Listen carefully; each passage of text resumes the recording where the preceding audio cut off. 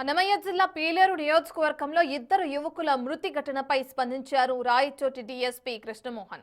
ఇక బండవడ్డిపల్లిలో ఇద్దరు సాఫ్ట్వేర్ ఉద్యోగుల మృతికి అధిక మద్యం సేవించడమే కారణమని చెప్పారు. మృతులు ఒకే గ్రామానికి చెందిన వారని వివరించారు.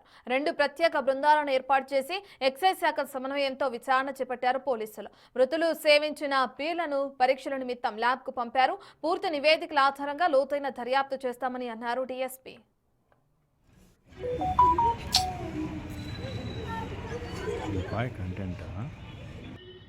ఈరోజు కేవిపల్లి పోలీస్ స్టేషన్ పరిధిలో బండవడ్డేపల్లి గ్రామానికి చెందిన ఆవులకుంట నరసింహ అనే వ్యక్తి స్టేషన్కి రాబడి తన కుమారుడు మణి అని చెప్పి వయసు 30 సంవత్సరాలు, అతను సాఫ్ట్వేర్ ఇంజనీర్గా బెంగళూరులో పనిచేస్తాడు. పండక్కి అతను తర్వాత అతని స్నేహితుడు పుష్పరాజ్ అని, వీళ్ళిద్దరు కూడా సాఫ్ట్వేర్ ఇంజనీరే, ఇతను కూడా బెంగళూరులో పనిచేస్తారు. ఇద్దరు కూడా వడ్డేపల్లి గ్రామస్తులు. నిన్న గ్రామానికి రావడము, గ్రామంలో వాళ్ళ యొక్క స్నేహితులైన అదే గ్రామానికి చెందిన స్నేహితులు మరియు వరుసకు బంధువులైన శ్రావణు,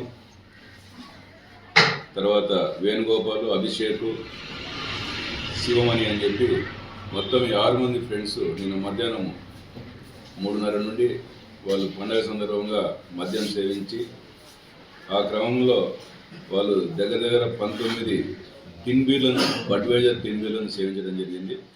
వీళ్ళు సాయంత్రం 7:30 వరకు ఈ మద్యం సేవించే కార్యక్రమంలో ఉన్నారు. తర్వాత వాళ్ళు అక్కడి నుంచి వచ్చే క్రమంలో ఈ మణి అనే వ్యక్తి ఆ గుట్ట దిగే క్రమంలో కొద్దిగా తూలి కింద పడ్డాడు.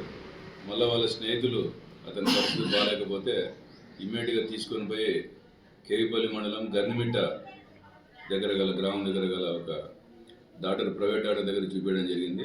ఆయన ఇతని పల్సు తక్కువ ఉంది, మీరు ఇమ్మీడియట్గా పీలేరు తీసుకుపోండి అంటే పీలేరుకి తీసుకొని వచ్చి ఒక కారులో అందరూ ఆ యొక్క శశి అనే ఒక